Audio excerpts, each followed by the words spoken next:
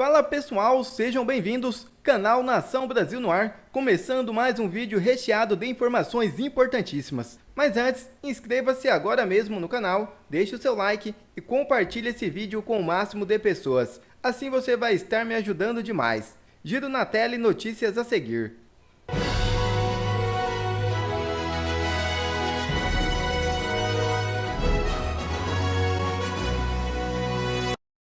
Arthur Lira está irritado com o líder do PL que foi alvo da PF.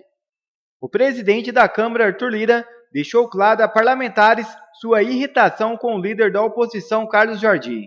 Lira atribuiu ao deputado o vazamento de informações sobre a operação da Polícia Federal que mirou Jordi na semana passada. O presidente da Câmara colocou na conta de Jordi a notícia publicada pelo site Metrópolis de que não foi avisado previamente pelo ministro do Supremo Tribunal Federal, Alexandre de Moraes, sobre a ação policial que viria a ser realizada no Congresso. É praxe que integrantes do Poder Judiciário informem com pouca antecedência os presidentes das casas legislativas sobre eventuais operações no parlamento. Lira também afirmou a colegas que não se deixará ser usado por deputados para lacrações nas redes.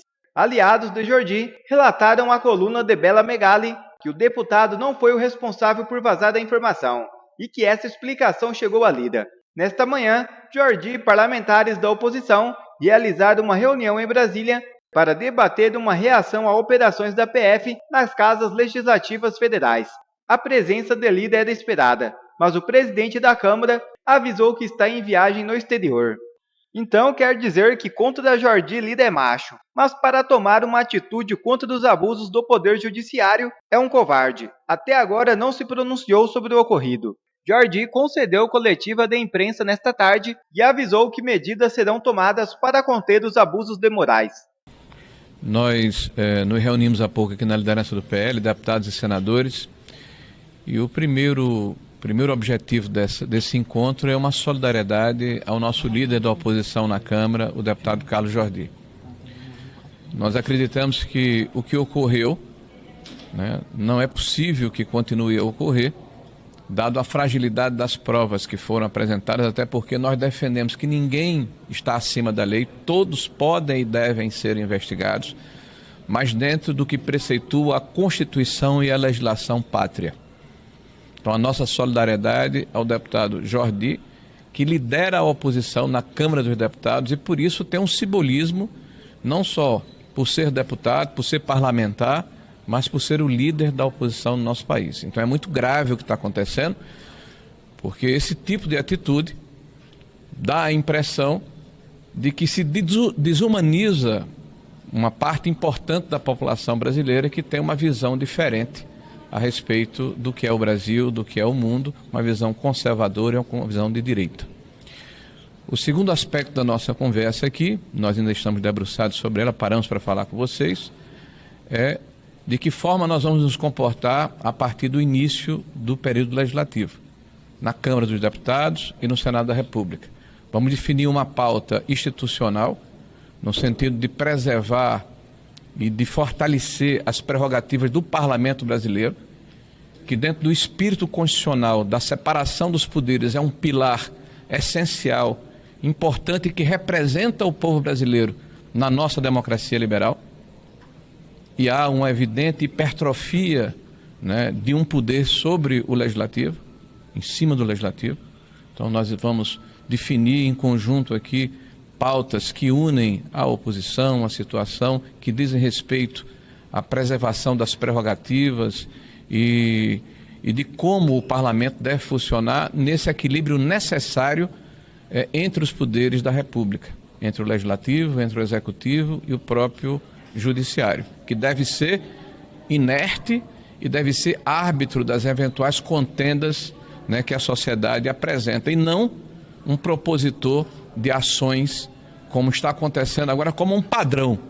Porque o que aconteceu em 2019 e que era uma excepcionalização, uma excepcionalidade, virou um padrão dentro do Supremo Tribunal Federal, onde dezenas de processos estão sendo abertos de ofício. E isso certamente desequilibra o processo democrático, inclusive da forma como eles estão sendo instituídos. E, por fim, a nossa indignação né, pelo fato de que a democracia brasileira necessariamente tem que ter um processo de tolerância para todos aqueles que, usando o livre-arbítrio e a sua capacidade de interpretar os fatos que ocorrem no nosso país, terem a possibilidade de se expressar livremente.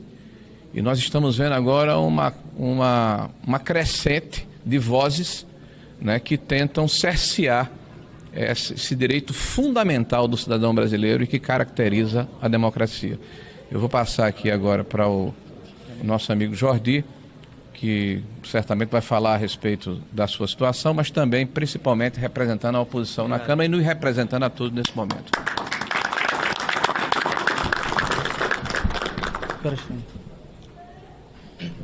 Bom, boa tarde a todos. Todos vocês acompanharam o que aconteceu comigo no dia 18 de janeiro e eu acredito que muitos não tenham ainda a noção da dimensão do que realmente aconteceu. Muitas coisas foram ditas pela imprensa, muitas coisas foram ditas pelo diretor-geral da Polícia Federal, mas eu gostaria aqui de esclarecer exatamente como foi aquele dia, que foi um dia muito assustador para mim e para toda a nossa família.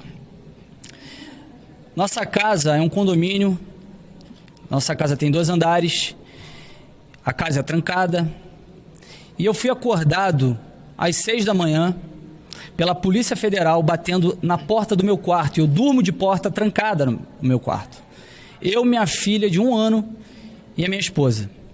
Ou seja, os agentes da Polícia Federal com o delegado, aqueles que estavam responsáveis por aquela diligência, pularam a janela da minha casa, invadiram a minha casa. Não foi uma operação padrão, como diz o diretor-geral da Polícia Federal.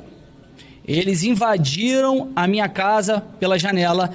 O porteiro não me interfonou, sabe-se lá por quê, talvez por receio de ser a Polícia Federal, e eles bateram na minha porta de uma forma muito assustadora, batendo, gritando: deputado, Polícia Federal, abre a porta, abre a porta. Eu acordei muito assustado. Minha filha de 1 ano começou a chorar muito, a minha esposa totalmente assustada.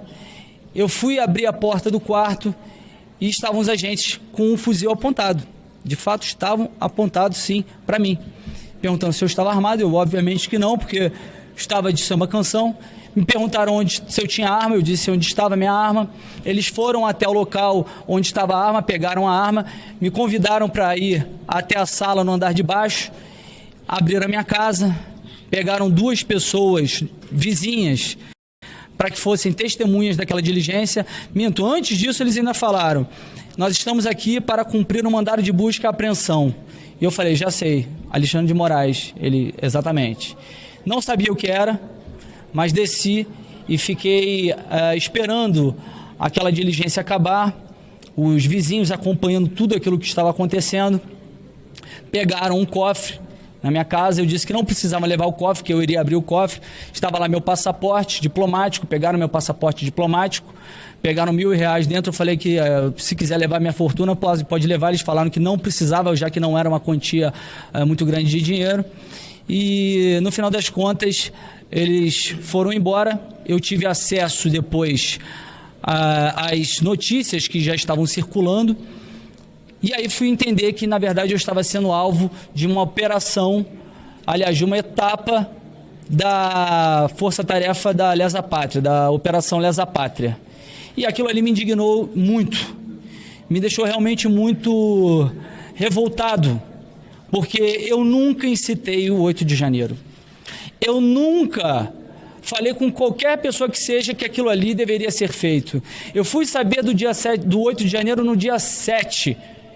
E todos que acompanharam as minhas redes sociais, e já que agora a Polícia Federal tem acesso ao meu celular, verá que nas conversas eu dizia que aquilo ali era um absurdo que estava sendo feito. Que eram baderneiros que estavam justificando, estavam dando justificativas para que todos os avanços de abuso de autoridade, eles permanecessem. Que aquilo ganhasse mais volume ainda. Eu me indignei com tudo aquilo, postei que aquilo ali era um absurdo.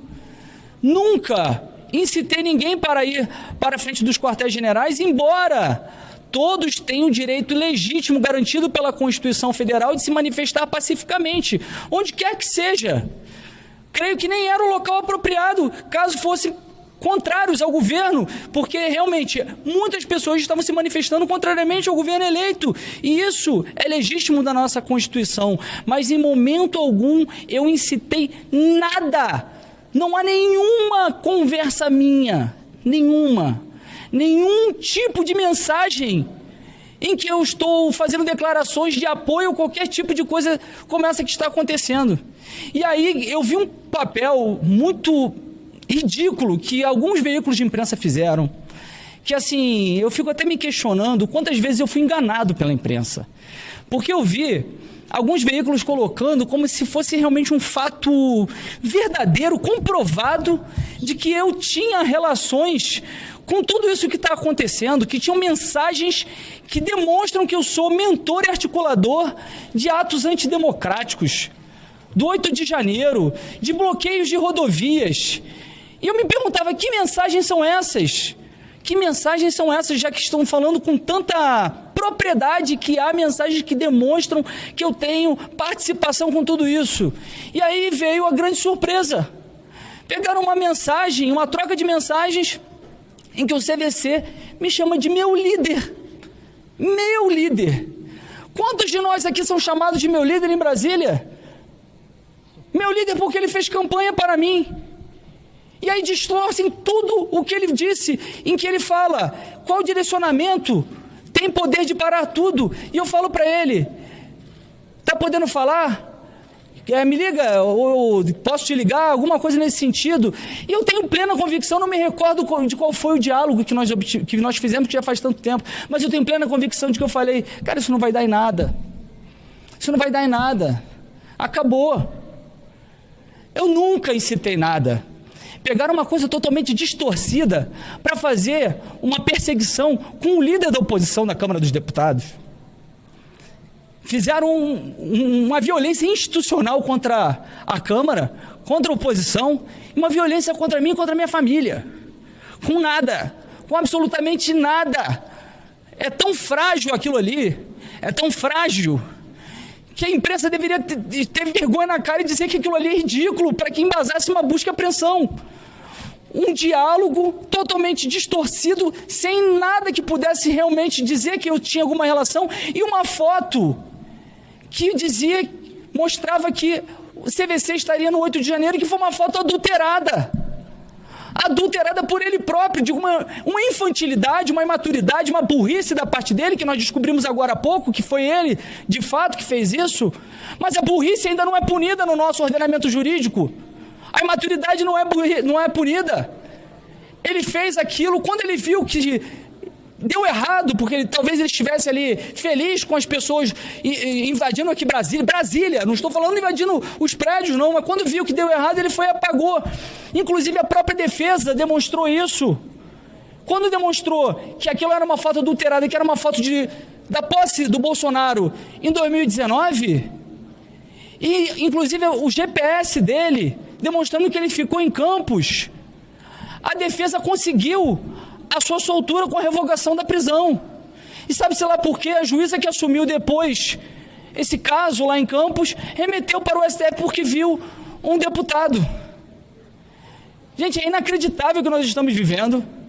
Eu não tenho medo de justiça. Eu tenho medo de justiçamento. E não é medo por mim, é medo por todo mundo aqui. É medo pelo que está acontecendo no Brasil. Não dá mais para viver nesse caos, nesse tensionamento institucional que está sendo provocado. Esses inquéritos têm que acabar. Inquéritos inconstitucionais. O nosso sistema acusatório determina que quem tem inquéritos para fazer investigações é a Polícia Judiciária, o Ministério Público, que é a parte que acusa também. Cabe ao Judiciário o princípio da inércia, que é simplesmente julgar. E nós estamos vendo eles fazendo todo tipo de inquérito de ofício, com base no regimento interno que nem foi recepcionado na nossa Constituição de 85, em 85 esse regimento, não o regimento é de 85, e a Constituição de 88 não recepcionou. em que eles dizem que eles podem instaurar inquéritos caso haja ameaças, crimes contra ministros dentro do prédio do Supremo Tribunal Federal. E esses inquéritos estão se tornando ad eterno. E pega todo mundo.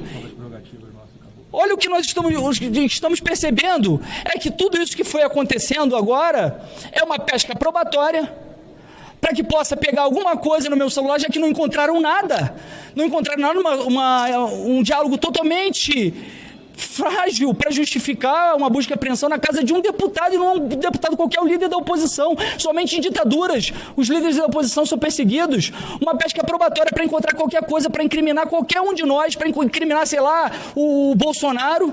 E mais do que isso, para justificar que pessoas que não têm foro de prerrogativa de função, já que o princípio do juízo natural está sendo totalmente violado, pessoas comuns que deveriam ser julgadas pela justiça comum, estão sendo julgados pelos ministros do STF, que deveriam julgar só as pessoas que têm foro privilegiado. Mas como agora um deputado investigado, há a conexão para investigar todos esses aí e condenar todos esses que deveriam ter sido julgados pela justiça comum. E eu não estou aqui passando a mão na cabeça de ninguém que cometeu aquela baderna no dia 8 de janeiro. Aquilo foi lamentável. Mas eles deveriam ter sido julgados, sim, por baderna. Não golpe de Estado, porque ninguém queria ele cometer golpe. Mas eles já foram, já estão sendo julgados. Agora, a quem interessa manter esse 8 de janeiro vivo, essa narrativa o tempo inteiro, querendo dizer que a política de apaziguamento ela é ignóbil e querendo mostrar que vai ter vingança, que vai ter retaliação contra toda a oposição. O nosso dever de oposição é, sim, lutar aqui pelo que nós acreditamos contra esse governo eleito. E nós faremos isso. Mas perseguições do judiciário nós não podemos mais aguentar. Eu clamo aqui ao presidente da Câmara, ao presidente do Senado, para que possam fazer com que o nosso poder volte a ser respeitado. Nossas prerrogativas estão sendo totalmente violadas. Precisamos urgentemente restabelecer a normalidade democrática no nosso país. Esse tensionamento, essa guerra que está sendo instituída por algumas pessoas no Supremo Tribunal Federal, só está causando cada vez mais dor. Parece que querem dizimar a oposição, que querem desumanizar a oposição. Eu não sou bandido. Eu nunca incitei 8 de janeiro, eu nunca provoquei baderna, eu nunca, muito menos financiei, não tem nenhuma prova contra mim com essas coisas que estão aí querendo divulgar. A minha família foi atacada, a minha privacidade foi violada. E aí esses que estão defendendo tudo isso que está acontecendo, eu quero ver se eles gostariam de ver a sua intimidade, a sua privacidade ser violada da forma que foi a minha, e com nada, absolutamente nada. E repito aqui, não tem medo da justiça, tem da injustiça, do justiçamento. Nós vamos aqui fazer alguns direcionamentos a partir da próxima semana, mas não direcionamentos de vingança, de querer mais caos, mais tensionamento, mas que a gente possa resgatar as nossas prerrogativas parlamentares, a normalidade democrática do nosso país. Não dá mais para aguentar dessa forma, pessoal, não dá. Eu sou um parlamentar eleito pelo povo, tenho minhas prerrogativas parlamentares, assim como todos nós que estamos aqui. Eu defenderia isso de qualquer parlamentar que fosse, até se fossem parlamentares da esquerda. E o que nós estamos vendo são pessoas torcendo para que nós sejamos caçados de forma ilegal, inconstitucional. Não vamos mais permitir que isso aconteça. Há de se ter logo esse diálogo do nosso senador Rogério Marinho e os outros da oposição no Senado com o senador Rodrigo Pacheco, para restabelecer essa normalidade democrática. E eu peço a Deus que possa dar fim a tudo isso que está acontecendo. Não dá mais para aceitar isso. Muito obrigado. E outra notícia já na tela. TSE vai ter a palavra final em processo que pode cassar mandato de Moro no Senado. O Partido Liberal e o PT acusam o ex-juiz de ter feito gastos excessivos durante o período da pré-campanha eleitoral de 2022. O Tribunal Superior Eleitoral vai ter a palavra final no processo que pode determinar a cassação do senador Sérgio Moro. Na hipótese de Moro sair derrotado na Corte Regional, a decisão fica suspensa. Neste caso, se o TRE determinar a cassação, ele não perderá o mandato de imediato, já que o TSE precisará analisar o recurso. Segundo reportagem do jornal Folha de São Paulo, o caso será recebido pelo TSE com efeitos suspensivos. Isto é, não haverá aplicação da sentença, que será definida regionalmente. O processo contra Moro deve ser julgado até o fim de fevereiro em Curitiba. No fim do ano passado, o relator do caso, Luciano Carrasco Falavinha Souza, havia dito aos advogados que o tema poderia entrar em pauta depois do recesso judiciário. Entretanto, a primeira sessão do ano no TRE foi realizada na última segunda-feira, 22, mas o relator não incluiu o processo na agenda. Moro é acusado de ter feito os gastos excessivos durante o período da pré-campanha eleitoral ao pleito de 2022. Isso teria trazido desequilíbrio para a disputa. O senador nega as acusações. Quer ver mais vídeos como esse? Então inscreva-se agora mesmo no canal, deixe o seu like e compartilhe esse vídeo com o máximo de pessoas. Assim você vai estar me ajudando demais. Fico por aqui, um forte abraço e que Deus abençoe a todos. Brasil acima de tudo e Deus acima de todos.